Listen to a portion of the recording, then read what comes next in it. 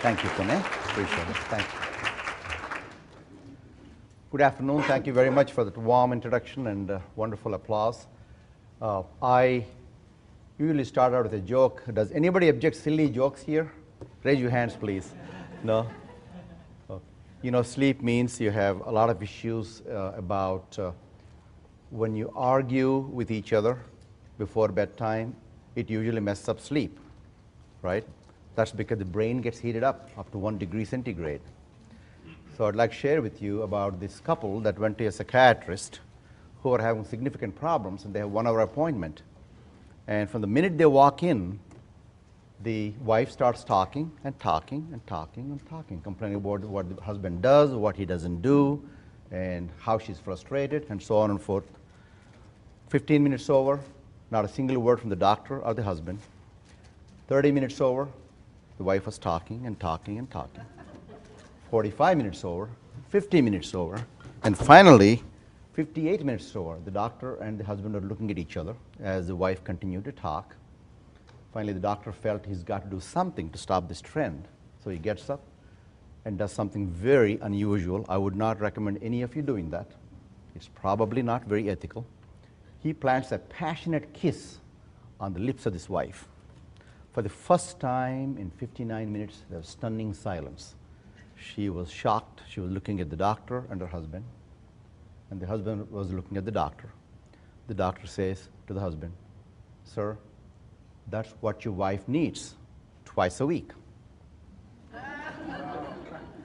The husband gets up, it's time, 59 and a half minutes, and the doctor accompanies him to the door. Both of them go out, and then the husband comes back just for 1 second and says, "Doctor, I want to thank you for opening my eyes. Nobody has ever given this kind of wisdom to me. I'll bring it here every Tuesday and Thursday."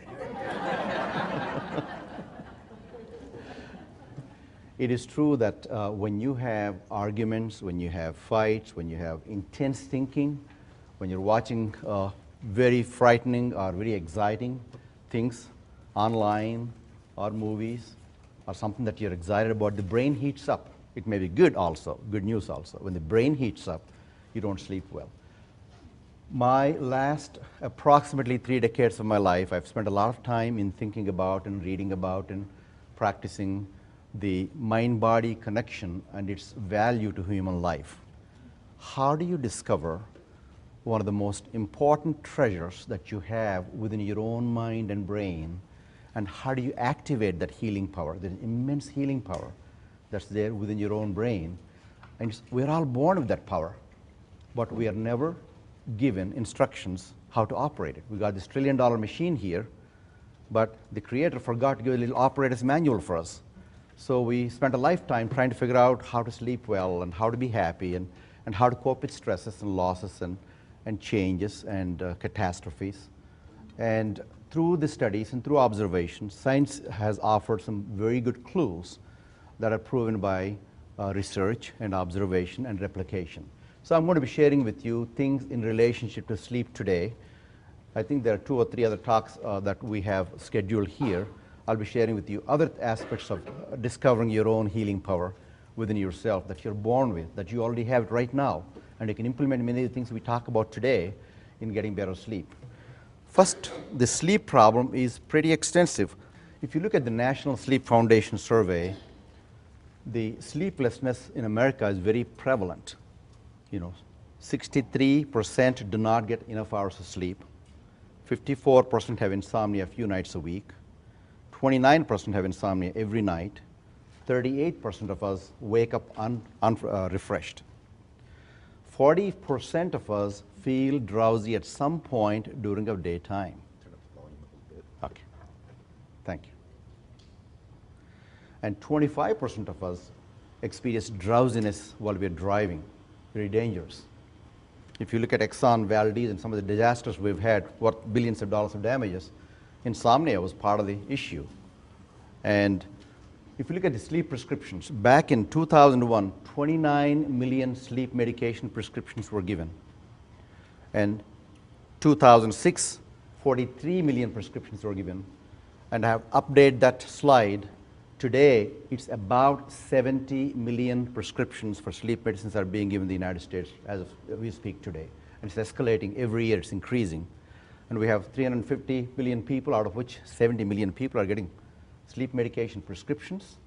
Isn't it staggering that we're depending on something artificial, many of them very habit-forming and addictive, to go to sleep every night with no end in sight. Once you get a sleep medication, it's difficult to get off sleep medication. Many of these individuals who are on the sleep medication prescriptions could be taken off the medication prescriptions if they have a chance to learn how to sleep well normally. And that's what we're going to talk about today. 85% of the people on the sleep medication prescriptions can be removed from sleep medications if they make a little effort to learn about it. So simple questions ask yourself, do I fall asleep in the meetings? Do I fall asleep after heavy meals? Do I fall asleep after a low dose of alcohol? Do I often feel drowsy while I'm driving? Do I often sleep extra hours on Saturday and Sunday mornings? Do I often need a nap to get through the day? And do I have dark circles around my eyes? And if I take a poll in average audience, I get about 90% of the people raising their hands, and the other 10% are bashful to tell the truth. Or they're sleepy, you're right. Yeah. So Mark Twain said something interesting. Don't be ever afraid of insomnia. If you can't sleep, try lying on the end of the bed, then you might drop off. Here is the interesting statistics by research about how lack of adequate sleep can cause physical damage to us. Sleep is not something up there in the mind that you need because you want to feel more rested. Serious physical damage is done to the body when you do not sleep well. So every one of you and your families and your friends, I recommend that you focus on sleep as a health aid. It's one of the most important things we can do to our own health, in addition to nutrition and moving the body and keeping the mind calm and so on and so forth. So what does lack of sleep does to us? If you have just 6 nights, if you're a normally healthy individual, normal blood glucose, normal blood counts, 6 nights of only 4 hours of sleep per night will make you pre-diabetic. Can you believe that? Just 6 nights of 4 hours of sleep. Who is saying that?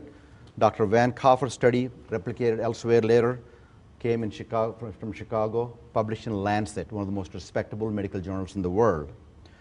There's raising rates of obesity because of decreased growth hormone. You may wonder, why do we need growth hormone? We're already grown up. Growth hormone is very essential for your repairing the tissues that are damaged throughout the day. Regeneration, rejuvenation is happening in the nighttime at a very increasing speed. For that, you need the growth hormone to put the right atmosphere together to give you the best possibility of a repair and a growth. Lower leptin level. There's a hormone called leptin. It becomes lower with sleeplessness. It results in craving carbohydrates. When we don't have enough sleep because of the leptin situation, we crave carbohydrate and we start eating more than what we really need to eat. Similarly, there's another hormone called ghrelin, which is also goes out of balance, cause increased sense of lack of satiety. Even though your stomach is full, you feel like you want to eat more and more and more. The immune system becomes lower in its responsiveness if you don't have enough sleep. There's something called natural killer cells in the immune system. These are the cells that are helpful in fighting infectious bacteria, infectious agent, cancer, and so on and so forth. When they go lower, the body's defense goes down. So all these things cause increased cancer risk. In fact, a few years ago, some studies came out, and a lot of people didn't realize that something very damaging happened to the human body if you don't have enough sleep. These studies usually were done with shift workers, like nurses. In Japan, they did a study of 11,000 men who do not get enough sleep in the nighttime, shift workers, but they don't adapt well to the daytime sleepiness. What's happened to them? In that study, they found that there is a 300% increase in the prostate cancer in these men in Japan. Nurses in the United States, France, and other places where they have shift work, but they have not done the work of adapting well to the daytime sleep, they have approximately 300% increase in the chance of having cancer of the breast, of lungs, of GI tract, and so on and so forth. So one wondered why, if you don't have enough sleep, it causes cancer. It makes us more vulnerable for cancer. And the answer came in a surprising way. Have you heard of melatonin? Melatonin is a sleep agent. People take it to sleep better. And what they found out that melatonin is not only being produced while we sleep, but also they found that it's a very powerful antioxidant. Very powerful antioxidant. You know what antioxidants are?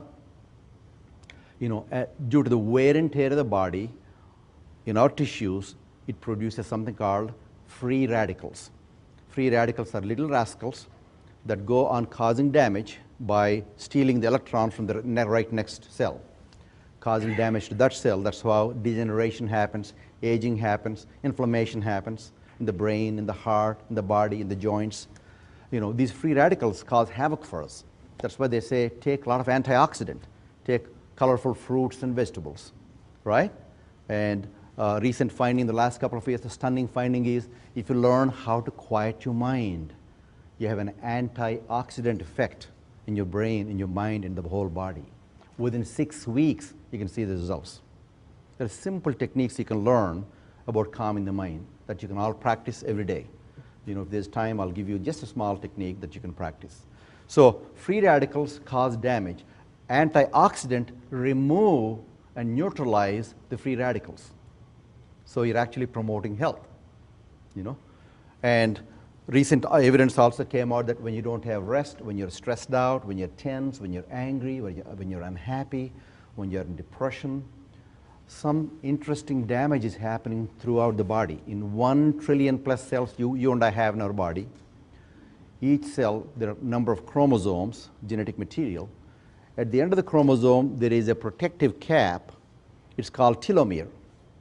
And with each cell division, the telomere, small part of this protective cap, is chopped off.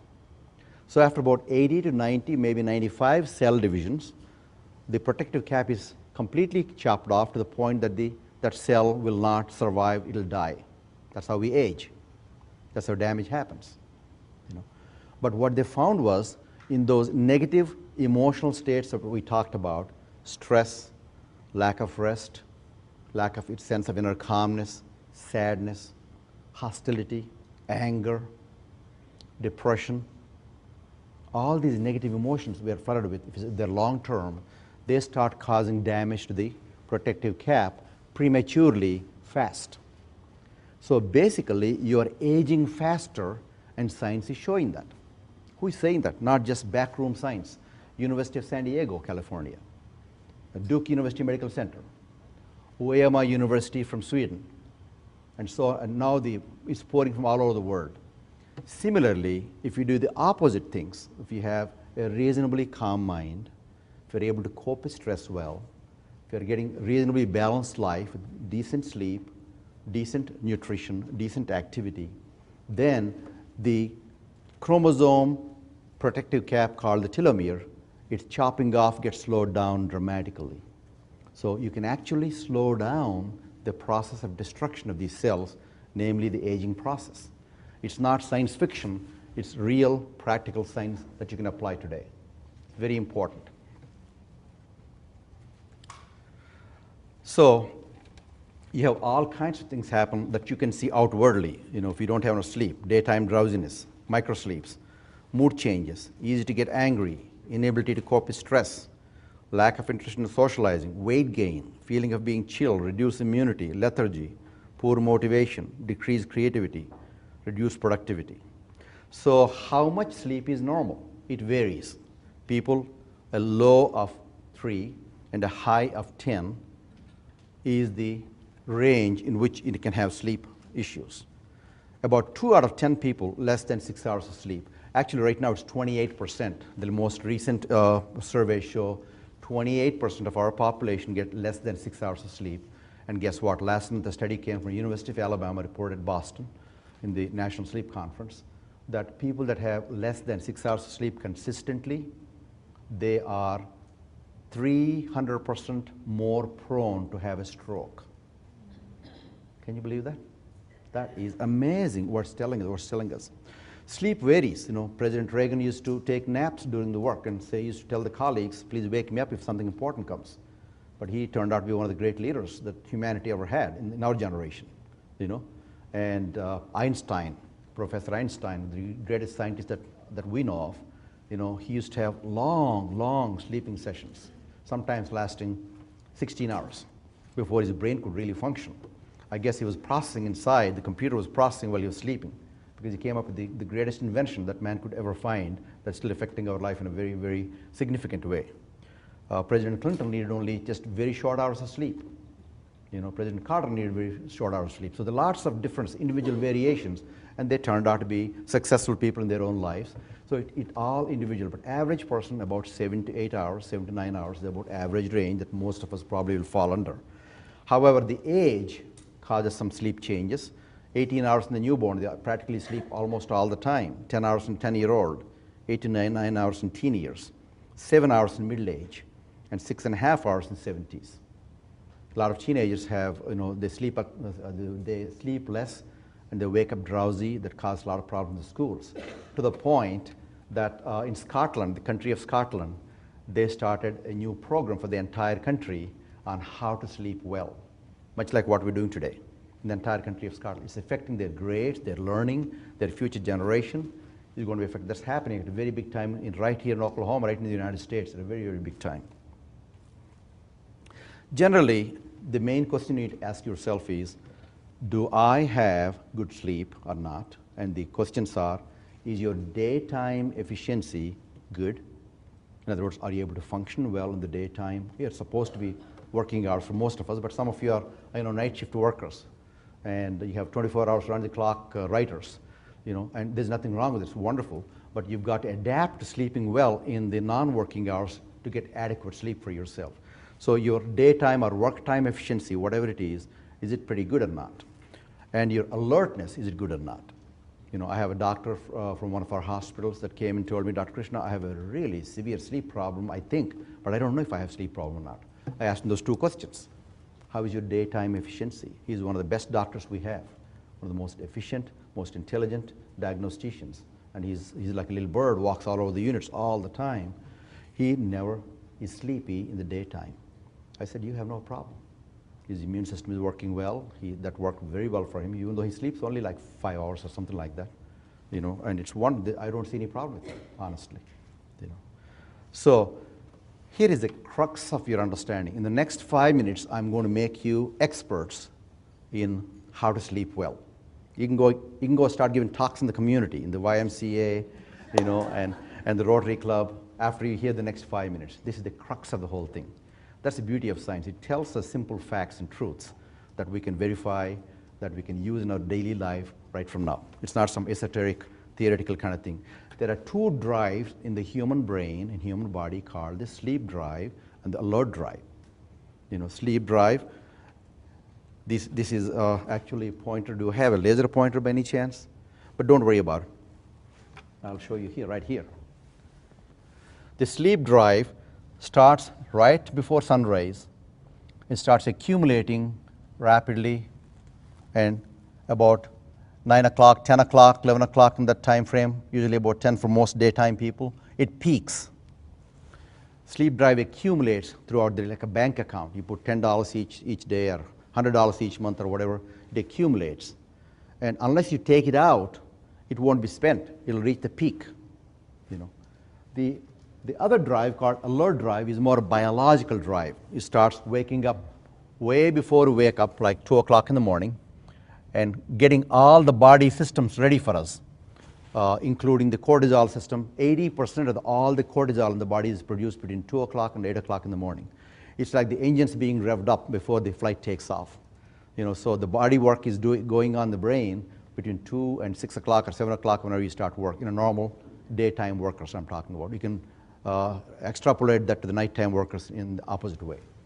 And then it peaks right after noon and slowly starts going down and going down. So it reaches somewhat of a low point around the same time the sleep drive is reaching its peak. And that's the magical point. If you can devise a way in which you can get that point, you will never have sleep problems for the rest of your lives. That's the magical union. That's what we're looking for. No matter what I talk about today, whether you talk about the brain activity and the arguments and all those things, or talk about light and its effects in the body, or the muscular activity and the exercise, all these things boil down to getting that magical union of the sleep drive at its peak and the alert drive coming down. Then you have the marriage called sleep. That's the perfect sleep that you'll get. It's like, if you have a wonderful quarterback for your favorite team, he can throw 80 yards, 90 yards, but if you don't have a good receiver, it's not going to be anything use. If you have perfect sleep drive, but your alert drive is messed up, you're not going to get sleep, or it's going to be broken sleep. Does that make any sense? Or you may have a wonderful receiver that can run circles around everybody, but the quarterback can't throw. What happens? It doesn't happen. So you've got to get those two facts in alignment, and that's the secret of getting sleep. No matter what you talk about, everything boils down to that. That's another way of looking at it. The sleep drive accumulating, the peak, and the alert drive going to a low point here, and the right here is when sleep happens. This is a reverse picture. So let's talk a little bit about sleep drive. What is it? How do you do that? It grows stronger with each hour of wakefulness and weaker with each hour of sleep. I'll ask you a question. Suppose, let's say you take 1 hour nap in the afternoon. What happens to sleep drive in the bank account that you have? You spend some of your sleep drive, right? So that doesn't reach the peak that night. Am I making sense? It's a true fact. So you may ask me, how long a nap is good for you? Maximum 20 minutes. In fact, many big corporations that are very advanced are looking at allowing their employees to have just a small nap, just a little nap, not a whole lot, 5-minute, 10-minute nap. It does wonders for our productivity and alertness.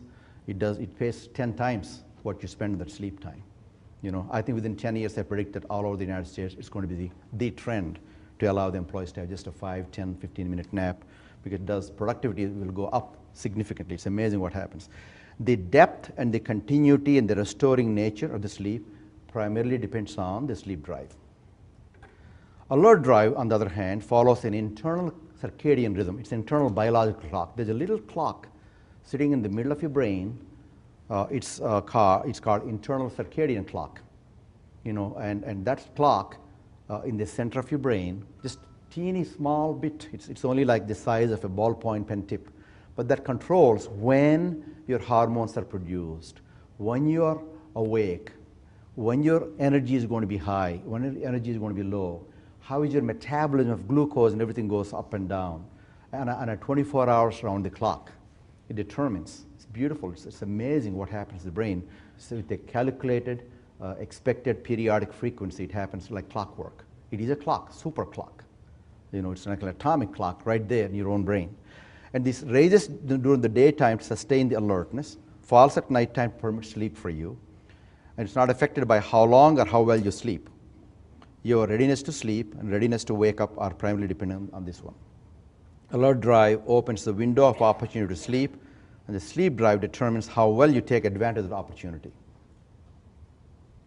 So what are the things, how do we know by any body tests or something you can find out as to what is this alert drive doing to you?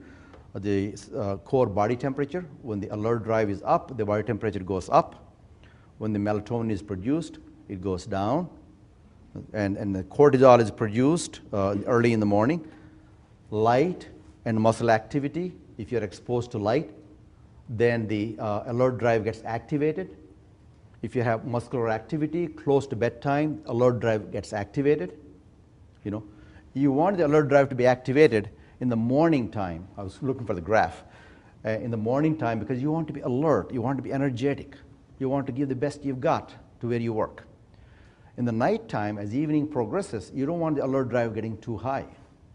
So that gives you the answers. You don't even have to ask me, what's the best time to exercise? For sure, not just a few hours before bedtime. Probably morning is the best. Next best is probably evening after you work. Not close to bedtime. Similarly, warm bath. Old grandmother used to say, take a warm bath and a warm glass of milk. It'll help you to sleep. And she probably was right, because when you warm up the body, then the brain heats up and then cools down afterwards. So a few hours before bedtime, absolutely wonderful, warm bath.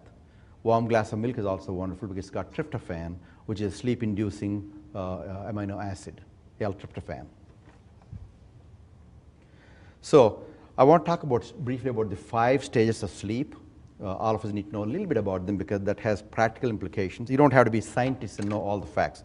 Stage 1 is generally light, drowsy, relaxed state between waking and sleeping. Something the scientists call theta waves or slow pattern waves are seen. There is muscle tension goes down, the heart rate goes down, the temperature goes down, the breathing becomes slower and more regular, and there's daydreaming happening to you, and you're easily awake and some noise comes and somebody calls, so you can wake up very easily when you have the stage 1. Stage 2 is deeper than stage 1, but still light sleep. And this is the first authentic sleep pattern. The body is more calmer, more detached from outside world. The brainwave pattern, there is something called sleep K spindles, K complexes are seen, which is the attempt by the brain to preserve the awareness before you turn off the brain. Last attempts by the brain to preserve the awareness before you say goodbye.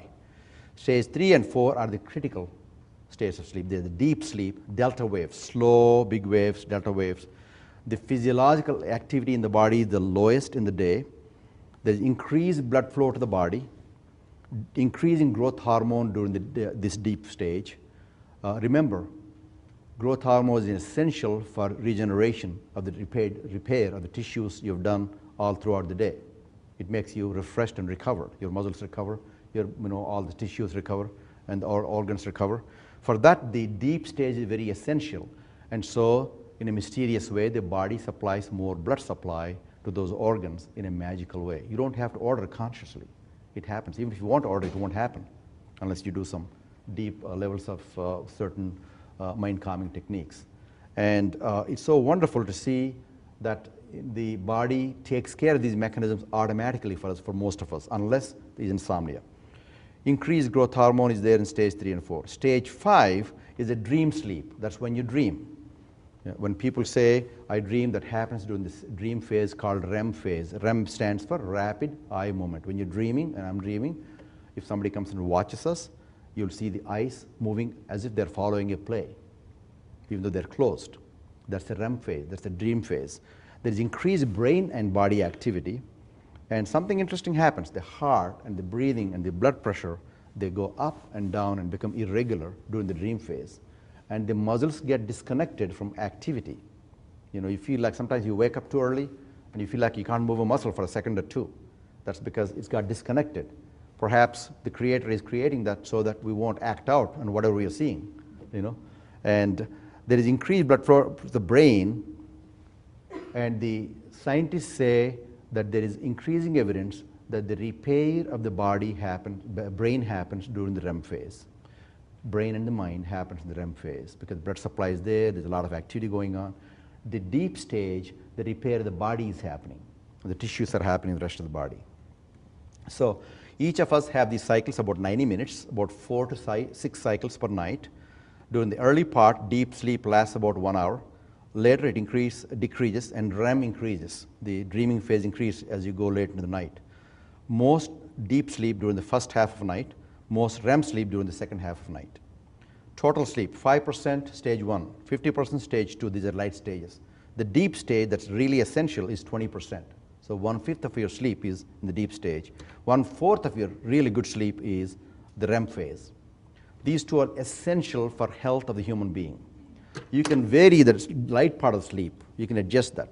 You can go with less of it without doing too much damage as long as it's short term. And what's insomnia? Only about 5% never experienced. 95% of people have experienced insomnia at some point in their lives. 50% of people have short-term insomnia, but in some people, it becomes long-term insomnia. In your profession, you see in journalism, as well as medical professions, we definitely have short-term insomnia because we have changes happening, we have to respond to emergencies, we have to cover the stories, you have to cover the stories that are happening around the country, around the state, and that is hyper-alertness. When you're performing all these things, like doctor looking at the emergencies, your body is at alert level. Your pupils are dilated, your energy is all pumped in, your alertness, your creativity, your eyes, your ears, your sensations, all these are super alert. And that is short-term insomnia. That's okay. There's nothing wrong with that. except in some people that leads to chronic insomnia. What's the usual mechanism? How do we get chronic insomnia? Occasionally we have sleeplessness. Last night I didn't sleep that well because I went to Tulsa for a board meeting and then went back to my son's home, and 3 grandchildren want to sleep in my bed and there's not enough room in my bed. And then in the morning we woke up and we came home. So that's a short-term insomnia, 1 night, 2 nights, maybe 3 nights. But it becomes a pattern. You worry about sleep loss. My goodness, it's going to happen tonight again or tomorrow night again. You worry about it. Guess what the worrying process does? It raises your stress hormones and your brain heats up. It causes more insomnia, more alertness, right? When the body is stressed, it becomes alert. And we become awakened, frustrated, and then we become apprehensive about going back to sleep. And then we associate the bed with sleeplessness, and that becomes chronic insomnia. So we develop behaviors that we think are going to help us by trying to go to bed earlier, by sleeping later in the morning, or by having more time in bed to catch up on sleep, or by trying harder, or by reading and watching TV in bed, or taking naps in the afternoons, or using alcohol, or decreasing physical activity because I feel so tired. I don't feel like going to tennis this evening. That's what we tell ourselves. Guess what? I've done all of those things, and probably many of us have done all those things. They all backfire. From a scientific standpoint, none of them will help us. None of them, not one of them. Why so? For example, I'll tell you a few things that help the sleep promotion. As we go, I'll cover why those things don't help. The temperature. You've got to have a reasonably comfortable temperature to go to sleep. People have their own individual needs. I like a little bit colder aspect of the temperature than warmer. One of my children, they can't stand cold bedroom. So it's all different in different people. Some of us are nighttime sleepers. Sometimes some of us sleep late in the morning. That's all biological that happens. Darkness and quiet are important. And that's very important actually, because the more light you have in the room, the less chance of you producing perfect melatonin quantities and qualities. It's very important to cut down the light significantly. Comfortable bed, clock. Some people wake up and look at the clock. Guess what? That backfires.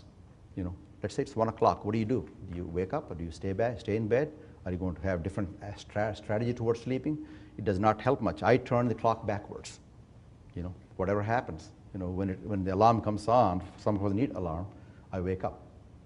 Nighttime I can wake up as long as we need to. I don't have any problem. Morning waking up is a problem. Some other people the opposite. Some people wake clock-like at 4 o'clock or 5 o'clock. Nighttime they fall asleep faster. So any cues that will keep you awake, cut it down. That's the basic principle. Any cues that keep you awake. Maintain a buffer zone, that is, have a conflict-free time. Like the couple, I would advise that couple, I've done that for many couples in my life, arguments are timed and programmed to happen only Saturday morning, 9 o'clock in your family. It does wonders. It does wonders for them.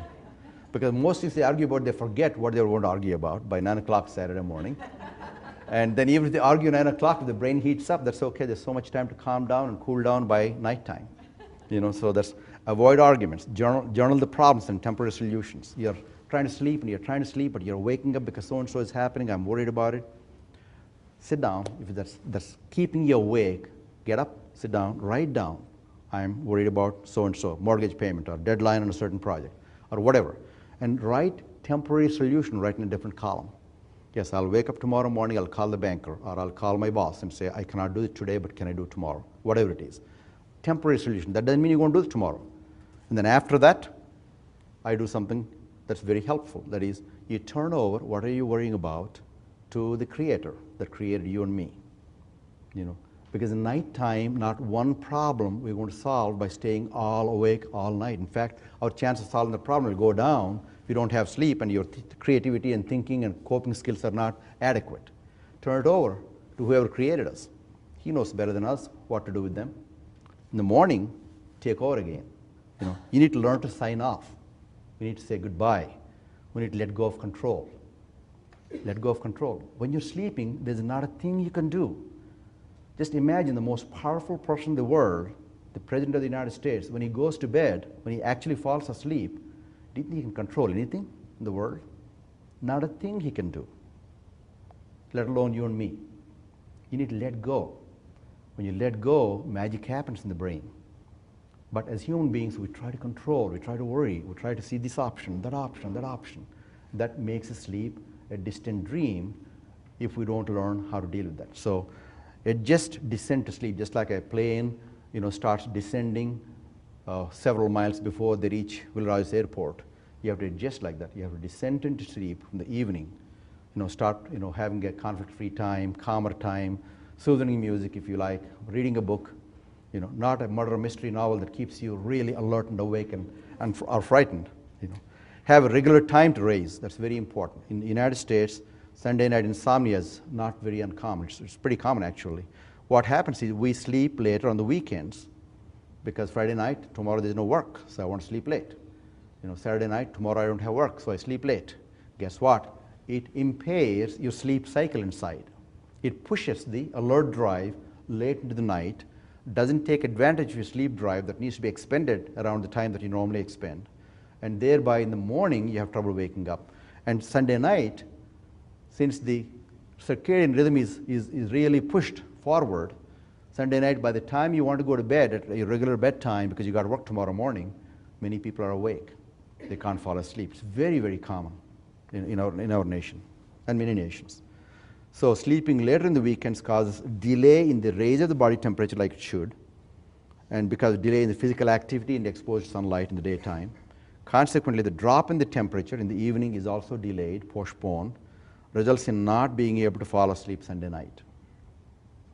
So what are the lifestyle factors that will help you? Exercise 4 to 6 hours before you sleep results in better sleep because your body temperature increases, later it falls down. Lack of exercise inhibits the daily raise and fall of the temperature, resulting in the insomnia. We need to have that circadian rhythm in the body. We are very, very vibrant human beings, and we need that raise and the fall to get good sleep. It's also a physical stressor to the body, very healthy stressor, and the brain compensates by increasing the deep sleep when you have physical stressor. On the day that you do physical exercise enormously, you'll sleep better. You'll have better deep sleep that night. Outdoor exercise increases exposure to sunlight, which synchronizes our body temperature rhythm, the alert drive. Sunlight is very, very good for the brain in the daytime because it increases the temperature inside, plus it does a lot of other wonderful things. And we are not exposed to sunlight, at least a little bit of it in the morning, then you're likely to have an issue. If you have insomnia, I would recommend you have at least a few minutes of exposure to sunlight early in the morning. In fact, if you have trouble falling asleep in the nighttime, that's a trick that you can do for yourself or your friends. That is, you can just have a few minutes of exposure, 20, 30 minutes in the morning. That night you sleep better because your body, the temperature rhythm inside the body, the circadian rhythm gets very, very good, healthy wave. And that's what we need, raise and then the fall at the right time. Hot bath 2 to 3 hours before bedtime has good effect like we talked about. Exercise the brain is also important, not too close to bedtime though, not too intense. Sunlight has significant effects in changing the biological clock. In fact, there are 3 things that you can do that can change the biological clock inside. No drugs can do effectively. The 3 things are muscle activity, exercise. Second thing is sunlight. And the third thing is what you do with your thinking, whether you calm it down or speed it up. Those 3 things affect the internal clock very, very significantly. And we use that to our advantage. You don't want to activate the system close to bedtime. You want to descend in the evening time, or for the shift workers, the opposite time. If you're a shift worker, you find ways of adapting to daytime sleeping. If you're working in the nighttime, work with your family. A lot of the shift work nurses, what they do is they also not only work in the nighttime, but in the daytime they pick up the laundry, drop the children, do all the chores. Sleep is the last priority for them. Ask your family for cooperation. There are things that you need to share with each other. So the person that's working in the nighttime gets decent sleep in the daytime because that's their sleep, healthy sleep time. They've got to have it. Those 7 to 8 hours sleep is very important to really stay healthy on a consistent basis. Otherwise, the health is going to be affected. If you have early morning awakening, many elderly people have this problem. They wake up too early in the morning, they can't go back to sleep. What do? Exposure to sunlight in the evening for about half an hour. results in delay in the body temperature rhythm. It prevents the temperature from rising too soon, so you sleep to a later time in the morning. Very simple. Food, caffeine, nicotine are bad news because they make the brain waves go faster, increase the heart rate, increase the respiration, they increase stress hormones, so that's not good news, nicotine and caffeine. Caffeine has a half-life lasting several hours after you take. I don't take any stimulant after about 4:30.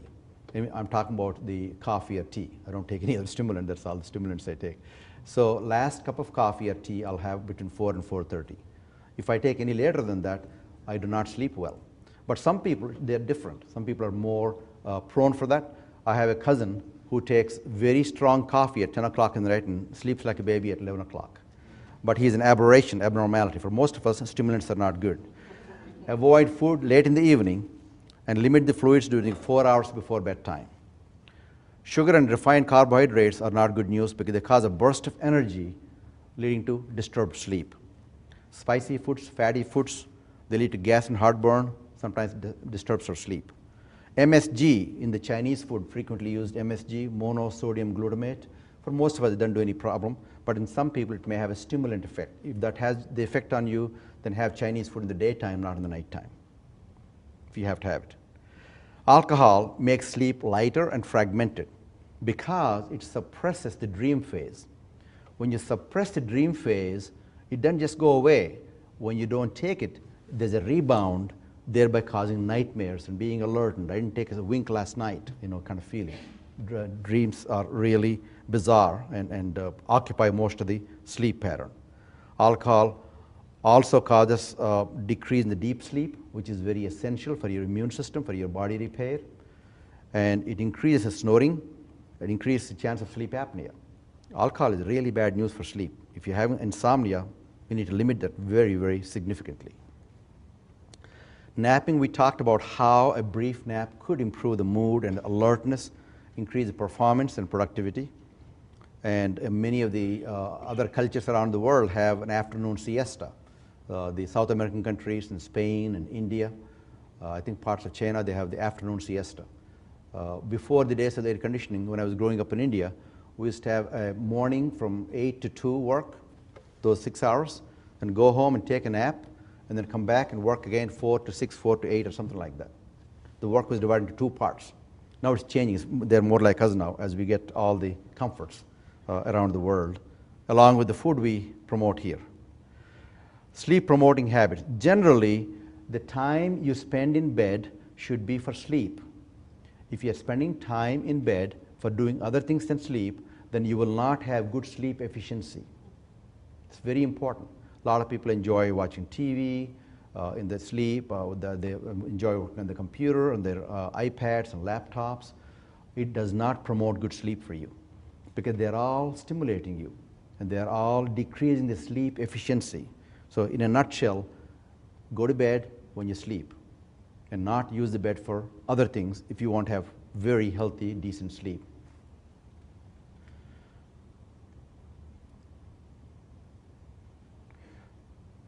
There are a number of other things that we can talk about sleep, but in general, these are the interesting and important facts that we need to really be aware of. Some people have delayed phase disorder. We have a professor from one of the universities that came a few years ago, and he said that he cannot go to sleep until 2 o'clock or 3 o'clock, but he cannot wake up before noon or 1 o'clock in the afternoon. That is, in a major way, that is disrupting his teaching activity and his career track. And the trick was very simple. He was having adequate sleep, but the wrong time.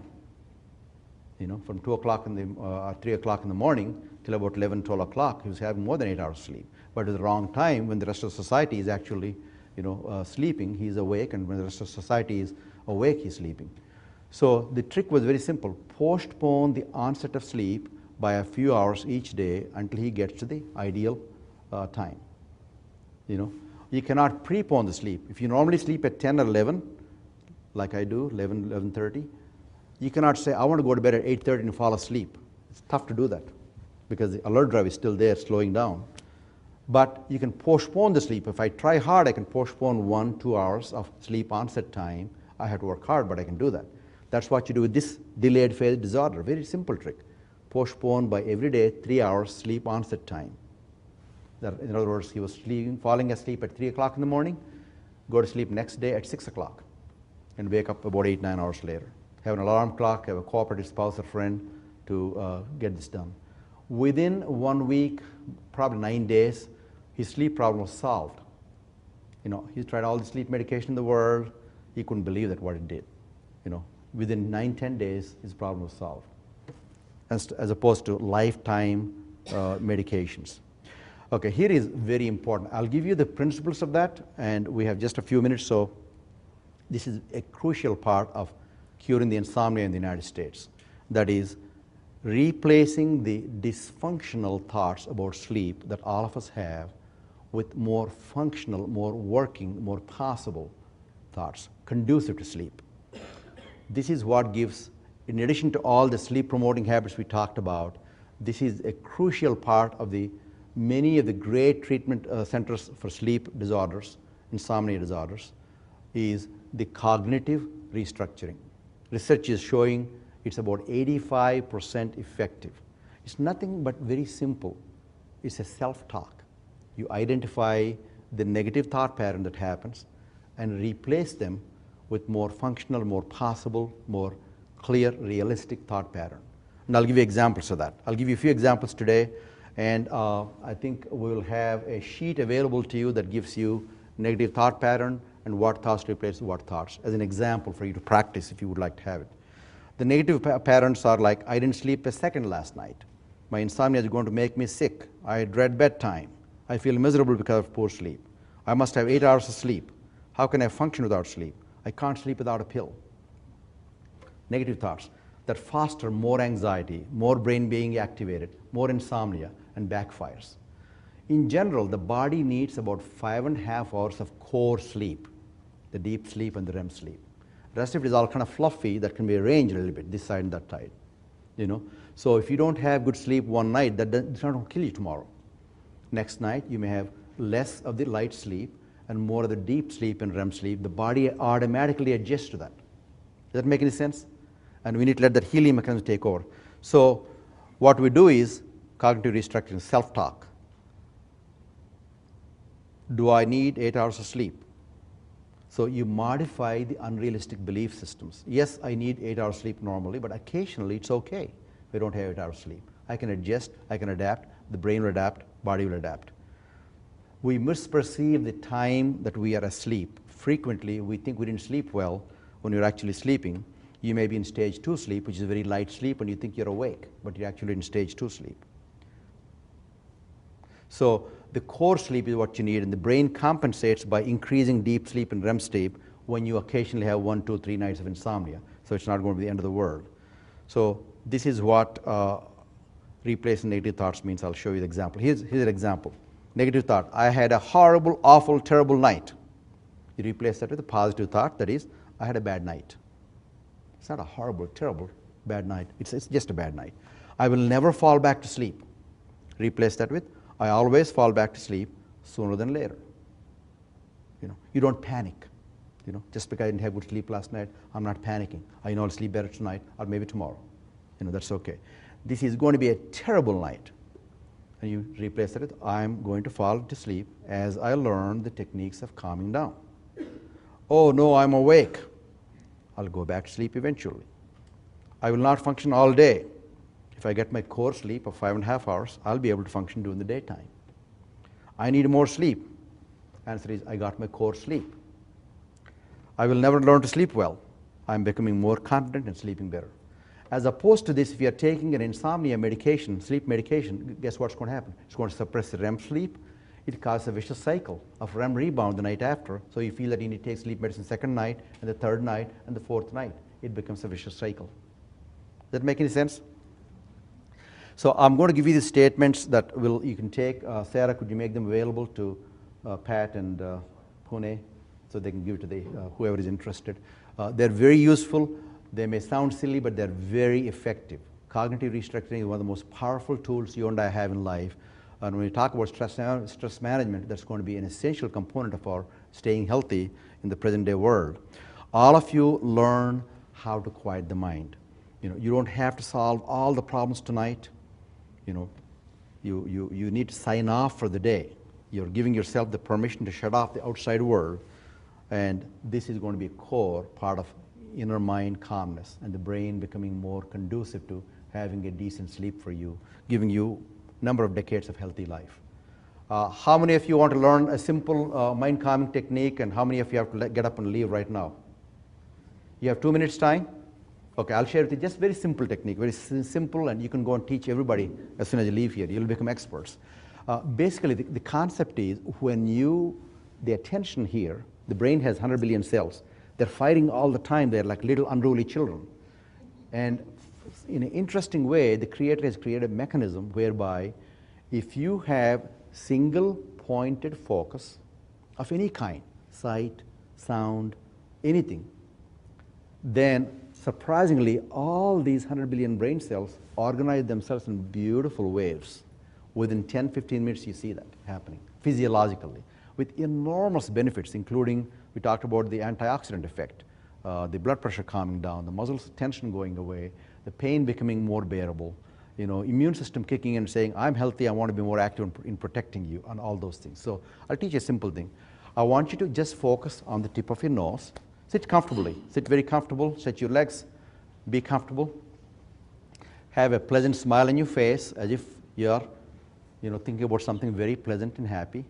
And focus on the tip of the nose as the air goes in and goes out. The exact point where the air touches your nostril and the air leaves your nostril. Just focus on that for 1 second. Normally, you never pay attention to that point. As you can focus, the air going in and the air going out. The air going out is a little bit more warmer than the air going in. You may have never noticed it before, but you will in the next few times that you practice this, because the lungs warm up the air. So at the moment the air goes out, I want you to say a word to yourself that you chose earlier, and that word is of something of calming nature for you. Like I choose the word relax. You can use the same word. You can use calm. You can use tranquil. You can use Jesus, Mary. You can use beach. You can use whatever is calming for you. Just choose a word. With every out breath, as the air leaves your nostrils, you say that word to yourself over and over and over. And close your eyes now. Pleasant smile. Everybody, pleasant smile. Somebody forgot pleasant smile. Pleasant smile, and just focus on the tip of the nose. Just for 2 minutes, I'll do with you. And with every breath going out, you say the word you chose earlier, over and over and over. If any extraneous sounds come in your conscious awareness, be aware if it, don't fight it, let go of it. Come back to the word you chose earlier. If any thoughts intrude, do the same thing. Be aware if it, don't fight it, and then let go of it, and get back to your word you chose earlier, over and over and over. The most comfortable experience you'll have. Just for 2 minutes, repeat that over and over and over.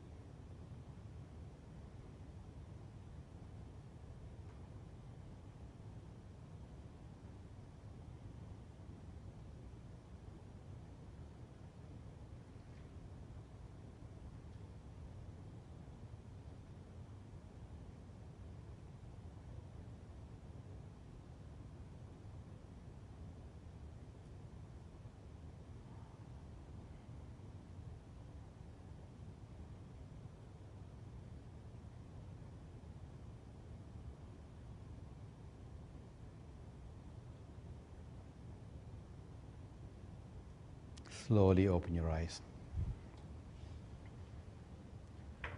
How many of you have felt just a small amount of sense of calmness? Raise your hands. Very good. Can you believe how much power you have, the healing power you have? You just had a taste of it, small taste of it. You know, practice every day, at least 20, 30 minutes every day.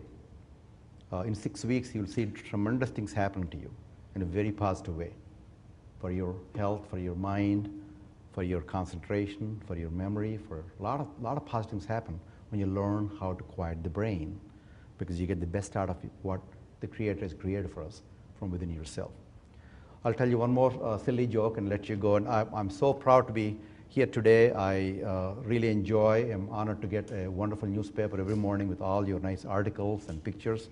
You're the window to the world for me, and you make Oklahoma very proud of what you produce here. I'm also very proud to be associated with Kelly Fry, your news editor. For the last 10 months, we've been working together very intensely to bring a world-class Center for Addiction Recovery and Emotional Wellness, along with other very, very good people in the community. So it's a project in the works, and it's going to really transform the care in Oklahoma in a very major way. We're excited about this, and so thank you, Kelly, for all the good efforts you make. Here's a silly joke. A couple comes to the doctor, and the wife says, "Doctor, my husband thinks that he is a refrigerator." And the doctor says, "A refrigerator?" She said, "Yeah, he thinks he's a refrigerator." And he says, "That's a very harmless delusion. He's not harming anybody by thinking that he's a refrigerator." She said, "Doctor, you don't understand. When he opens his mouth, the light comes on, and that keeps me awake all night." Thank you very much, and God bless you. There are some... Thank you. Thank you. There are some cards here. You can pick up, you can log on to the website and get free download of seminars that we have a number of topics. And you can burn CDs and give to your friends, whatever you want to do. It's all free. Thank you.